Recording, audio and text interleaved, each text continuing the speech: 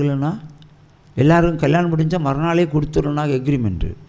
ஆகவே எப்போ தூங்குவான் எப்போ நகையை அமுக்கலான்னு நினச்சேன். ஆனால் ஒன்று சொன்னேன், நகையெல்லாம் உடஞ்சிரும், ஆளையில் இந்த ட்ரையரில் கழட்டி வைன்னு.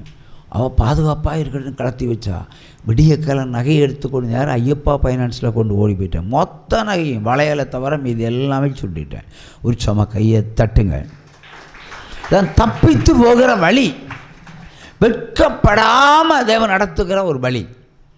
அங்கே கொண்டு போனான். அவன் சொல்லுவான், கல்யாண நகை சார் നിങ്ങൾക്ക് எத்தனை லட்சம் ரூபாயின்னு தரான், நகை கொண்டு போ, பொம்பளையருக்கு கொண்டு கொடுக்கணும், பைசா எத்தனை வேணால் தரான், இல்லை நகை விற்று காசு தரங்க.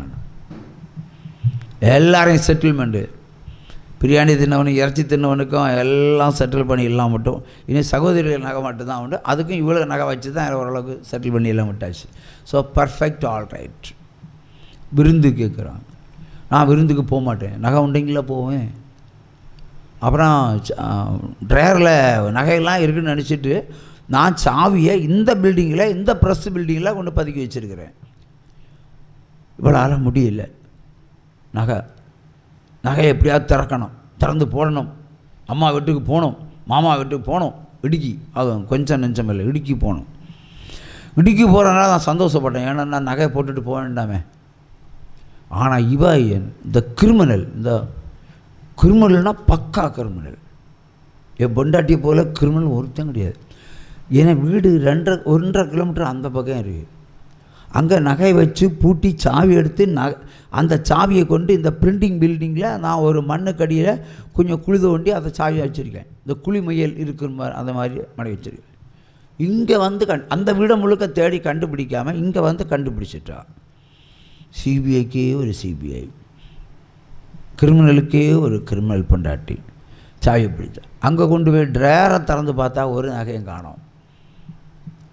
அம்மா ஆள் அனுப்புகிறா, உன் பொண்டாட்டி கிடக்கிறா வந்து பாருன்னு. பார்த்தாச்சுன்னா என் நகை எங்கே, என் அம்மா போட்ட நகையில், என் அம்மா போட்ட நகையெல்லாம் எனக்கு தானே, அது தெரியாமல் என்னட்ட கேட்டால் அம்மா போட்ட நகை எங்கே, அதெல்லாம் விற்று கட்டடிச்சாச்சு. எனக்கு இப்போ சாகணும். இந்த பொம்பளைங்கள் எல்லாம் அப்படி தான். நாம் 2 காலத்துக்கு முன்னே சாகன்னு தீர்மானிச்சேன். கல்யாணம் ஆனால் மறுநாளைக்கே சாகன்னு தீர்மானிக்கிறாள். இந்த 2 கை இருக்குல்ல, கும்முன்னு இடியாகும் நெஞ்சுக்குள்ளே ஒரு டென்ஷன், அவ்வளோ வந்தி கோசு, அதுவும் பக்கா வந்தி கோசு. அவையெல்லாம் அழலாமா? என்ன சொல்லணும்? 30 பவுனா 35 பவுனா தந்துருப்பான்னு நினைக்கிறேன். 15 பவுனையும் திருடிட்டேன், சரி ஓகே நமக்கு இன்னும் சம்பாதிக்கலாம், தைரியமாக இருங்கன்னு சொல்லக்கூடிய ஒரு பொம்பளை உண்டா நாட்டில்? நகை வச்சே வீட்டில் கலவரங்களே உண்டாக்கி போடுவணும். அப்போ நீ சாகிறாருந்தா சாவு, இதுதான் உண்மை. நகை இல்லாமல் குடும்ப ஜீவிதம் தொடங்கிவிட்டது. ஒரு சும்மா கையை தட்டுங்க. அல்லேலூயா. நம்முடைய வாழ்க்கையில் எங்கேயாவது ஒரு பிரேக் வரும், ஒரு தோல்வி வரும், ஒரு உத்திரம் வரும். ஒன்றே ஆண்டவர் சோதனைக்காக கொண்டு வருவார், இல்லை என்றால் உங்களை மீட்கிறதுக்காக கொண்டு வருவார். எதுவானாலும் கர்த்தர் இருக்கிறார் நம்பினா மட்டும் போதும், வேறு ஒன்றும் உங்களுக்கு அவசியம் கிடையாது. உங்களுக்கு கோடி பணமும் தேவையில்லை, கோடி சொத்தும் தேவையில்லை. ஆனால் கோடீஸ்வரனாகிய தேவன் உங்களுக்குள்ளே இருந்தால் அவர் உள்ளே இருந்து எல்லாமே செஞ்சு முடிச்சிடுவார். சும்மா கையை தட்டலாம். அல்லேலூயா, அல்லேலூயா, அல்லேலூயா. வானத்தையும் பூமியையும் உண்டாக்கின தேவன், அதை நீங்கள் புரிஞ்சுக்கிடுங்க. யாரையும் சாக விட மாட்டார், துன்மார்க்கனை விட்டுருவார், நீதிமானை காப்பாற்றுவார். துன்மார்க்கனை சாவுதான். இந்த தர்மராஜ போல் ஒரு நல்லவன் ஒருத்தம் கிடையாது. வேற நம்புவீங்களா? என்னன்னா அவருக்கு ரொம்ப பிடிக்கும். முந்தா நாளைக்கு ஃபோன் பண்ணுறாரு, உங்களை பார்க்கணும் போல தோணுது. என் பொண்டாட்டி வரைக்கும் இப்படி ஒரு டயலாக் அடித்ததே கிடையாது. சொன்னீங்களா இல்லையா பிரதர்? சொன்னீங்களா இல்லையா? என்னை வந்து பார்த்து பேசணும் போல இருக்குன்னு ஒரு நாள் இவ சொல்லியிருப்பாளா? சொல்ல மாட்டா. வருஷம் கல்யாணம் பண்ணி எத்தனை வருஷம் ஆச்சு? எத்தனை? 34 வயது கல்யாணம் ஆச்சு. சரி, அப்படியே ஒரு நாளாவது இப்படி விசாரிச்சிருக்குதியா? இல்லை. அப்போ ஆவிக்குரிய இருதயம் அவர்கிட்ட இருக்குது. கர்த்தருடைய இருதயம் அவர்கிட்ட இருக்கிறனால அப்படி பேசுகிறார். அதான் அன்பு. கிறிஸ்துக்குள்ளே இருக்கிறது.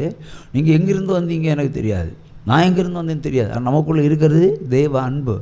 அவை கர்த்தரால் பிணைக்கப்படுகிறவர்கள். நம்ம எல்லாம் ஒரே ஆவியினால் நிரப்பப்படுகிறவர்கள். அல்லேலூயா. ஜாதி மதம் இனத்துக்கு அப்பாற்பட்ட உறவு தான் கிறிஸ்தவ உறவு. ஆண்டவர் சொல்லுகிறார், ஆவிக்குரிய பிள்ளைகள் ஒருவரோடு ஒருவர் பேசிக் கொண்டிருப்பதை கர்த்தர் உற்று கவனிப்பார், உற்று கேட்பார்.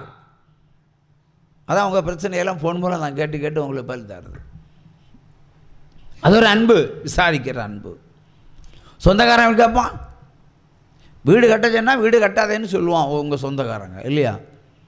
அப்படி தானே? அதான் உறவினர்கள். ஆனால் கர்த்தருடைய உறவு அப்படி அல்ல. ஒருவராலும் பிரிக்க முடியாத உறவு. அது நகமும் சதையும் மாறி உள்ளது. அந்த அன்பு நமக்குள்ளே இருந்தால் இந்த உலகத்தில் எந்த மூலையிலையும் போய் நம்ம வாழலாம்.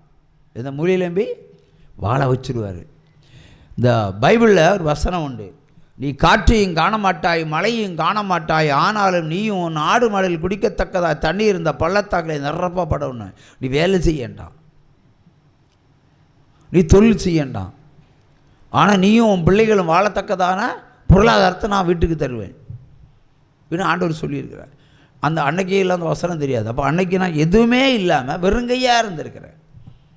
எனக்கு எல்லாம் கூட கிடச்சில்ல, கம்பீரமாக நடத்தினார்ல. ஆகவே உங்களையும் இன்று முதல் விசேஷமாய் கம்பீரமாய் தேவன் நடத்த போகிறார். உச்சம கையதுங்க. நீங்கள் விட வேண்டிய பழக்கம் என்ன? இந்த தீமையான பழக்கத்தை மட்டும் விட்டுறணும். இப்போது 1 கோடி ரூபாய் என்கிட்ட இருக்கா பிரதர்? இருக்குன்னு வச்சுருவோம். இப்போது தர்மராஜ் நல்லவர் தான், ஆனால் 1 கோடி ரூபாயும் கையில் கொடுத்து இந்த பேங்கில் போய் டெபாசிட் பண்ணுங்கன்னு சொன்னால் நான் சொல்லுவேனா பிரதர்? என்ன சொல்லுவேன்? குடிகாரப்ப, நீங்கள் எனக்கு ரொம்ப வேண்டப்பட்டவன் தான், ஆனால் குடிகாரப்ப வழியில் தொலைச்சிருவான். I have no confidence for you. உண்மையிலே நம்பிக்கை இல்லை, குடியாரன் மேலே ஆண்டவரை நம்பிக்கை இல்லை, எதையுமே செய்ய மாட்டார். குடியை விட்டா எல்லாவற்றையும் செய்வார், எல்லாவற்றையும் செய்வார். இப்போ நான் ஒரு மாமிசமான மனிதனிட்ட அந்த பணத்தை கொண்டு பேங்கில் போட்டேன்னா குடிக்காதவனை பார்த்து தான் கொடுப்பேன். குடிக்காரனை பார்த்து இந்த பணத்தை கொண்டு போடணுன்னு சொல்ல மாட்டேன். குடிக்காரனை கையில் கொடுத்தா பத்திரமா பணத்தை கொண்டு போவான், ஜாக்கிரதையாக கொண்டு போவான். திருடாமல் இருக்கிற அளவுக்கு ஞானமாக கொண்டு போவான். குடிகாரன் அப்படி இல்லை, ஒரு கோட்டர் பாய்ச்சியில் ஒரு கோட்டரோடு அடிப்போம், அடிச்சுட்டு லாஸ்ட்டில் 2 காலில் நடக்குது, 4 காலில் நடந்து இல்லையா, அப்புறம் மயக்கம் போட்டு கீழே விழுந்து வாரம் போகிறெல்லாம் பணத்தை எடுத்துகிட்டு நான் குடித்தேன் கீழே விழுந்தேன் இவனை அள்ளிட்டான் இவன்னு சொன்ன நஷ்டம் எனக்கு தானே பிரதர், அதனால தான் தரமாட்டேன் பணத்தை. ஸோ வீடுகளில் ஆசீர்வாதம் வராமல் இருக்கிறது காரணமே குடி. அது மிகப்பெரிய தீட்டு. உங்கள் குடி என்பது தன்னையும் அழித்து தன் மனைவியையும் அழித்து தன் பிள்ளைகளையும் அழிக்கிற ஒரு ஆபத்தான ஒரு செயல். ஆகவே குடி கொன்று போடும். நான் ஆரம்ப கால கூட்டத்தில் சுவரில் எழுதி போட்டிருப்பேன், என்ன பண்ணுவேன், நீ குடித்தா சீக்கிரம் செத்து போயிடுவேன். ஏறி வர படிக்கட்டில் முதல் வசனமே அதுதான். குடியை கெடுத்துன்னு சொல்லுவாங்க, அது அரசாங்கம் சொல்லி அரசாங்கம் ஊற்றி கொடுக்கும். நான் சொல்லு, நீ குடித்தா சீக்கிரம் செத்து போய் விடுவாய். அதான் படிக்கட்டில் முதல்ல வரும்போது தெரிகிற வசனம்.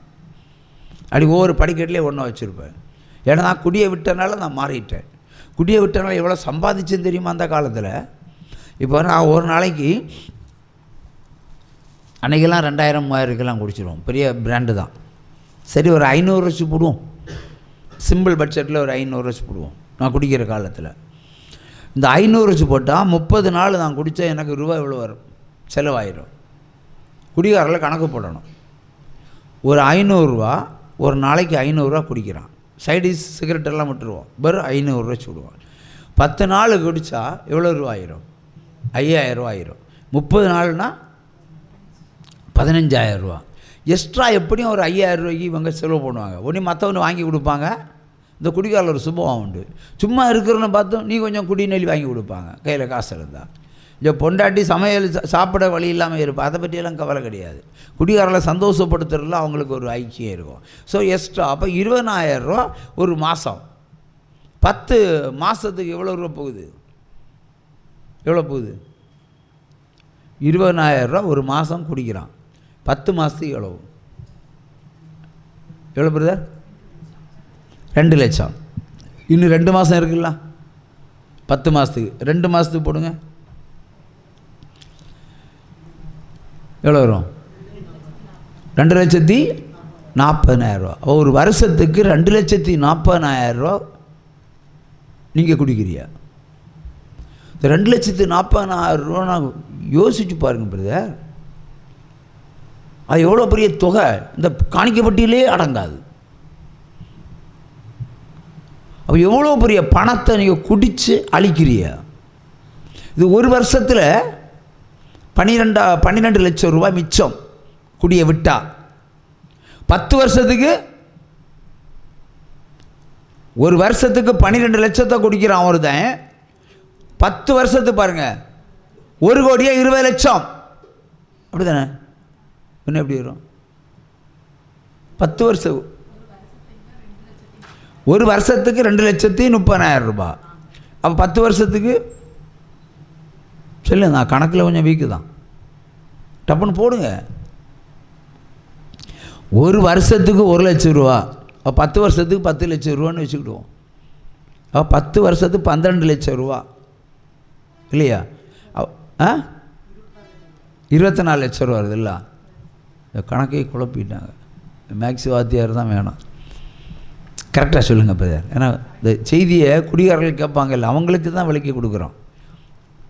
டப்புன்னு போடு. 1,20,000 ரூபாய் வைத்து 10 வருஷத்துக்கு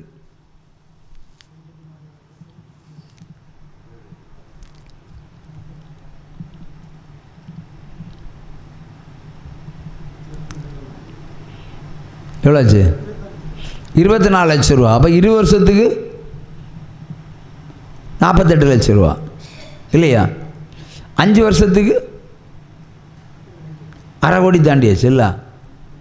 அப்போ 25 வருஷம் ஒரு பெண்ணுடைய வாழ்க்கை. 25 வயசு கல்யாணம் பண்ணி கொடுக்க வேண்டிய வயசத்தில் 25 வயசு. 25 வயசில் 1/2 கோடி சம்பாதிக்கலாம். ஆஃப்டரால் ஒரு தென்னை மரம் ஏறுகிறவன், ஒரு கூலி வேலைக்கு போகிறவன், ஒரு கொத்த வேலைக்கு போகிறவன், ஒரு மேஸ்திரி வேலைக்கு போகிறவன், ஒரு பூச்சி வேலைக்கு போகிறவன், ஒரு கையால் சித்தாள் சாரையம் குடிக்க விட்டா 1/2 கோடி சம்பாதிக்கலாம். 1/2 கோடி. இந்த 1/2 கோடி அரசாங்கம் தின்னுட்டு போகுது. ஒம்புல நடு ரோட்டில் துணி இல்லை, நகை இல்லை, சேலை இல்லை. குடியை விட்டாலே 1/2 கோடி இருந்தால் ஒரு பொண்ணை எவ்வளோ அழகாக கல்யாணம் பண்ணி வைக்கலாம், எவ்வளோ பெரிய குடும்பத்தில் அனுப்பி வைக்கலாம். புரியுதா பிரதர்? குடியை விட்டாலே கோடீஸ்வரன். நீ குடியை விட்டாலே கோடீஸ்வரன். இது 500 ரூபா கணக்கு தான் போட்டோம். நீங்கள் 500 ரூபாயில் 1000 ரூபாய் சம்பாதிச்சு 1000 ரூபாயும் குடிக்கிற அயோக்கிய குடியாரர்கள் நிறைய பேர் உண்டு, நிறைய பேர் உண்டு. அப்போ ஒரு 25 வருஷத்தில் கோடியை சம்பாதிக்கலாம். 1/2 கோடிக்கு மேலே சம்பாதிக்கலாம். 1/2 கோடி கையில் இருந்தால், 2 பெண்பிள்ளை இருந்தால் எந்த பெரிய இடத்துலையும் 50 பவுன் நகையை போட்டு அனுப்பிடலாம். புரியுதா? குடியை விட்டாலே போதும். குடியை விட்டால் உன் வீட்டில் பணம் தங்கி இருக்கும். ஒரு நாள் வேலை செய்து 1000 ரூபா கொண்டு வைங்க, மறுநாள் வேலை செய்து 1000 ரூபா கொண்டு வைங்க. சும்மா பீரோ வாங்கி தந்துருக்கிறேன் கொண்டு வைக்க குடிக்க இல்லை, வேலை செய்து கொள்ள வைங்க. நோய்க்கெல்லாம் ஜீவவழி பிள்ளைகளுக்கெல்லாம் நோய்க்கு மருத்துவமனை கிடையாது, ஜபந்தான். அது எவ்வளோ பெரிய வியாதியாக இருந்தாலும் அவ்வளோதான். அப்போ அதுக்கு காசு மிச்சம் உங்களுக்கு. நீங்கள் சம்பாதிக்கிறதை நீங்கள் பீரோவில் கொண்டு வைக்கணும், அதுதான் முக்கியம். பரலோகத்தில் இருந்து பணத்தை கொண்டு தந்து வீரே நிரப்பாருன்னு நினச்சா அது ஒரு சிலர் தான் நடக்கும், எல்லாருக்கும் நடக்காது. அதையும் நீங்கள் புரிஞ்சுக்கிடணும். ஒரு நாளைக்கு இன்னும் டிசம்பரில் வந்து என்னட்ட கேட்கக்கூடாது பீரோவில் ஒன்றும் இல்லைன்னு. அப்போ நான் கணக்கு வைப்பேன், ஒரு வருஷம் வேலையை அந்த பைசைங்கன்னு கேட்பேன். அரசாங்கம் இலவச அரிசி கொடுக்குது இல்லையா? கிட்டத்தட்ட இலவசமாக கொடுக்குது. அதை வச்சே சமாளிச்சுட்டு போகிறான். அப்போ நீ சம்பாதிச்ச பணம் எங்கே? அதை வச்சு பாரு வீரம் நிறையும். எப்படிப்பட்ட கில்லாடின்னு புரியுதா?